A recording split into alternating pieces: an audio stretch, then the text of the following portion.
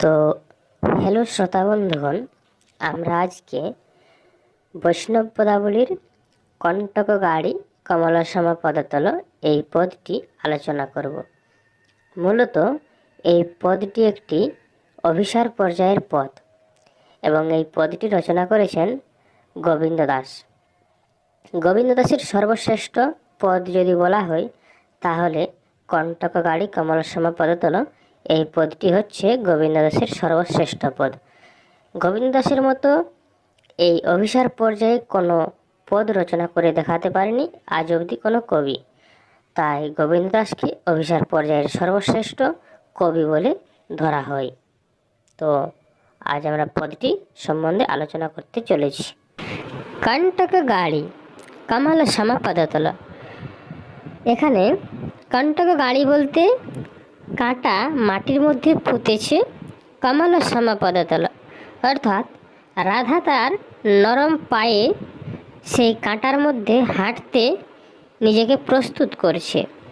মঞ্জির চিরহি ঝাঁপি, অর্থাৎ তার পায়ের যে নূপুর সেগুলো ছেঁড়া বস্ত্র দিয়ে বেঁধে ফেলেছে।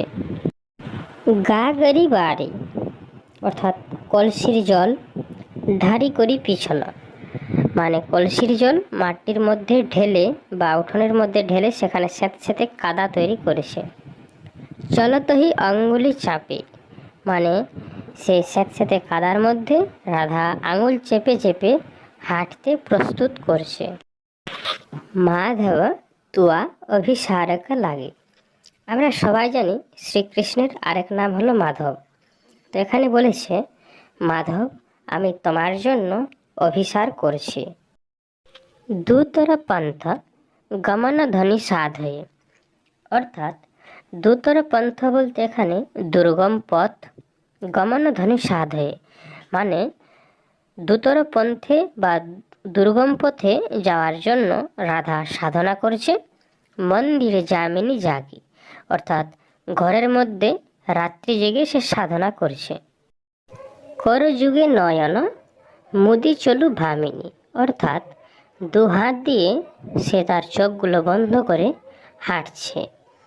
তিমির ভয়ানক আসে, অর্থাৎ গভীর অন্ধকার রাস্তায় যেন হাঁটতে কোনোভাবে কোনো রকম অসুবিধে না হয়।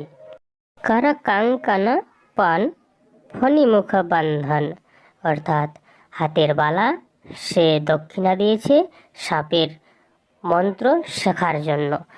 শিখয় ভূজগ গুরু পাশে, অর্থাৎ গুরু যে সাপুড়ে হয় বা যারা বেদে হয় তাদের কাছে সে সেই সাপকে বশ করার মন্ত্র শিখেছে।